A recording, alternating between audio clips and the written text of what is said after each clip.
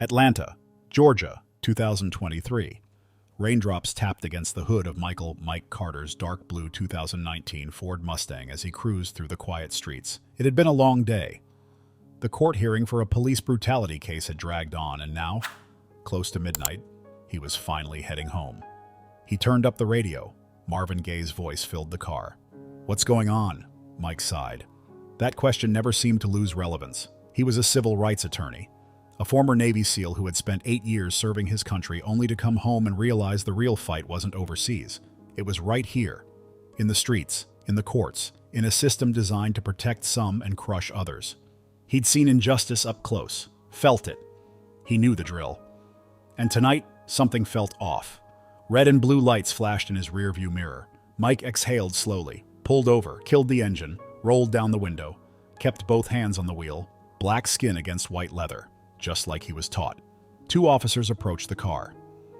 "Step out of the vehicle, sir." The voice was calm but firm. "What's the issue, officer?" The older cop, stocky, buzz-cut, pale skin, shone a flashlight straight into his face. "You were speeding." Mike held back a smirk. "At this hour? On an empty road?" "That's strange. My onboard computer says I was going exactly 35. The younger officer, standing near the back of the car, grinned slightly. "Maybe he's got something in the trunk. Might be worth a look." "Without a warrant?" Mike turned his head. "You know the law, fellas." And then it happened. The older cop, without a word, yanked out his baton and smashed the rear taillight. Glass shattered across the asphalt. Mike tensed. "Oh no," the officer mocked. "Looks like your car's got a little problem, Mr.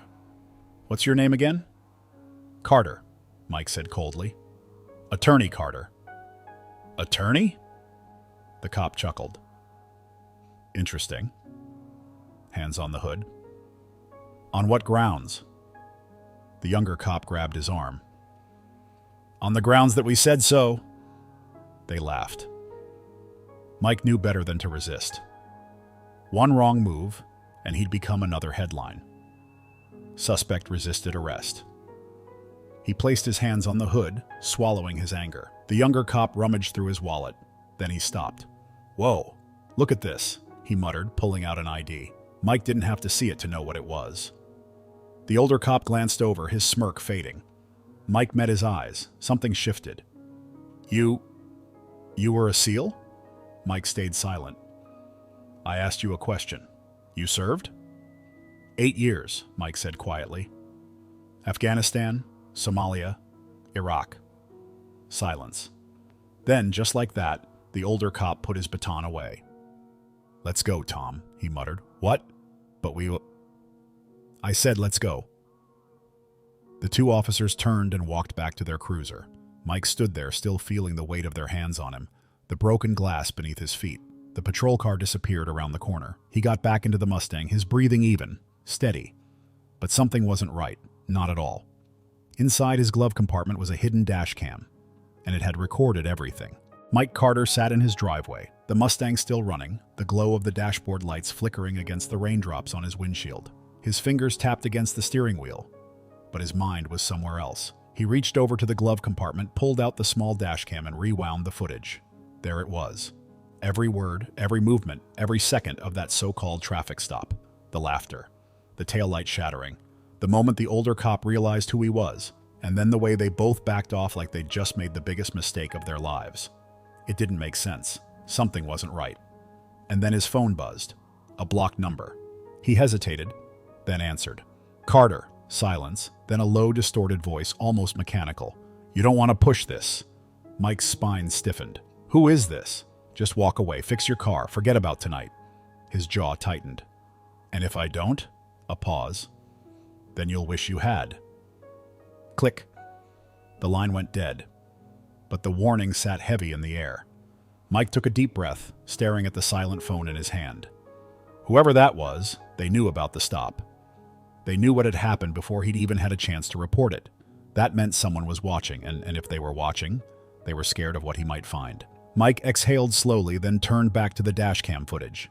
He rewound to the moment the officers walked away. This time, he slowed it down, watching carefully, and that's when he saw it. As the older cop turned toward his cruiser, something slipped from his pocket. A small folded piece of paper, barely visible against the dark pavement. It hit the ground right before he opened the door. Neither he nor the younger cop noticed. But Mike did now. Stepping out into the damp night, he grabbed a flashlight and walked to the street, scanning the pavement near where the cop had stood. It took a minute, but then, there it was. A crumpled note, half soaked from the rain. He carefully unfolded it, shining the light over the faded ink. 3 words. Check your 6. Mike's pulse quickened. Military slang. Watch your back. This wasn't just some random stop. Someone on the inside was trying to warn him. The next morning, Mike walked into his office, coffee in one hand, the note in the other. His assistant, Lena Harris, took one look at him and shook her head. You look like hell. Feel like it too, he muttered, tossing his keys onto the desk. Lena crossed her arms. What happened? Mike hesitated, then handed her the note. She read it, expression unreadable. You're in something deep, aren't you? Looks that way. She set the note down carefully. I know someone, ex-cop, used to work internal affairs. He's complicated. But if something dirty's going on in APD, he'd know. Mike narrowed his eyes. Why would he help? Lena smirked. Because he hates dirty cops more than you do. Mike exhaled, glancing down at the note one more time. Whoever had written it had taken a risk. That meant there was more to this than he'd thought. And if the system was this desperate to shut him up, he had only one choice. He had to push harder. Mike Carter sat in his office, staring at the crumpled note on his desk. Check your 6. A warning, a subtle but direct message from someone inside the system, someone who knew he was stepping onto dangerous ground. Lena stood by the door, arms crossed, watching him closely. So you gonna tell me what really happened last night, or am I supposed to just keep guessing? Mike ran a hand over his face, then leaned back in his chair. I got stopped. Cops claimed I was speeding, but it was a setup. Smashed my taillight, tried to intimidate me, then backed off the second they found out I was a SEAL, and then he tapped the note. This happened. Lena let out a slow breath. That's not random, Mike. Someone knew what was going down before you did. Yeah, he muttered though. And now I need to figure out who. Lena walked over, resting her hands on the desk. Remember that ex-cop I told you about? His name's Eddie Grayson. Used to be internal affairs before he got booted for digging too deep. If someone inside the department wants to talk, he'll know who. Mike studied her. And you trust him? Lena smirked. Hell no, but I trust that he hates bad cops more than he likes keeping quiet. Mike found Eddie Grayson exactly where he expected, at the back of a dimly lit bar on the south side of town. The guy looked like a man who had seen too much, his salt and pepper beard uneven, eyes tired but sharp. As Mike slid into the seat across from him, Eddie didn't bother with pleasantries. So you're the guy stirring up dust with APD? Mike didn't flinch. I just want the truth. Eddie chuckled, swirling the amber liquid in his glass. Truth's expensive in this town. You ready to pay the price? Mike pulled the note from his pocket and slid it across the table. Who wrote this? Eddie picked it up, examined it, then smirked. Looks like someone on the inside still has a conscience. Rare breed these days. He leaned in. Listen, Carter.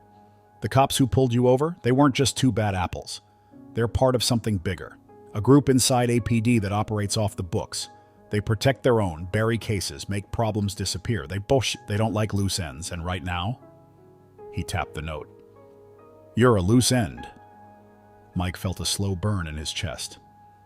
How do I find them? Eddie sighed, rubbing his jaw. You don't. Not unless they want you to. But he hesitated. But what? Eddie glanced around the bar, then lowered his voice. There was another case. A year ago, a journalist, Daniel Briggs, was investigating the same officers who stopped you. One night, he just vanished. His car was found torched in an alley. No body, no suspects, just a lot of silence. Mike's jaw tightened. And you think? Eddie nodded. I think if you find out what he knew, you'll find out why they stopped you. Mike exhaled slowly. If what Eddie was saying was true, this wasn't just about police harassment. It was about something deeper, and Briggs had gotten too close. You got a file on him? Eddie chuckled again. Man, you don't quit, do you? He reached into his jacket and pulled out a flash drive. Everything I got. But be careful. You start pulling on this thread, you better be ready for what unravels. Mike took the drive and slid it into his pocket. I've been in worse fights. Eddie shook his head, downing the rest of his drink. Yeah? Well, this one doesn't play fair. Mike stepped out of the bar, the flash drive feeling heavier than it should in his pocket. He had a bad feeling about this. Something told him that Daniel Briggs had been silenced for a reason. And now, whatever Briggs had uncovered was sitting in his hands. He got into his car, started the engine, and pulled onto the street, heading straight for his apartment. If there was one thing he knew for sure, it was this. Whoever sent that note was right. He needed to watch his back, because someone out there was already watching him. Mike Carter sat in his apartment, the flash drive plugged into his laptop, the screen casting a pale glow over the dark room. The fan hummed quietly as he scrolled through folders labeled with dates, names, and police reports. Daniel Briggs had been digging into something big before he disappeared. His notes were scattered but detailed. Names of officers, case files that never made it to court, witness statements that had mysteriously vanished. But one name kept coming up over and over. Detective Roy Salerno. Mike leaned back, running a hand over his chin. Salerno had been with the Atlanta PD for over 20 years, a decorated officer with a spotless record, at least on paper. But Briggs had found something buried deep. There were mentions of payoffs, missing evidence, and a pattern of cases involving young black men who were arrested under questionable circumstances, only for the charges to disappear with no explanation. Whatever Salerno was into, he had a lot of people covering for him. Mike's phone buzzed. A text from Lena. "You good?" He hesitated before typing back. "Maybe, but this goes deeper than I thought." A moment later, another message. "Come to the office, now." 15 minutes later, Mike walked into his firm's downtown office, the weight of what he'd just read still pressing on him. Lena was pacing near his desk, arms crossed, a look of concern etched across her face. "You got a visitor," she said, nodding toward the door. "He says he knew Briggs, says he has something you need to see." Mike's gut tightened. "Did he give a name?" Lena shook her head. "But he doesn't look like a cop.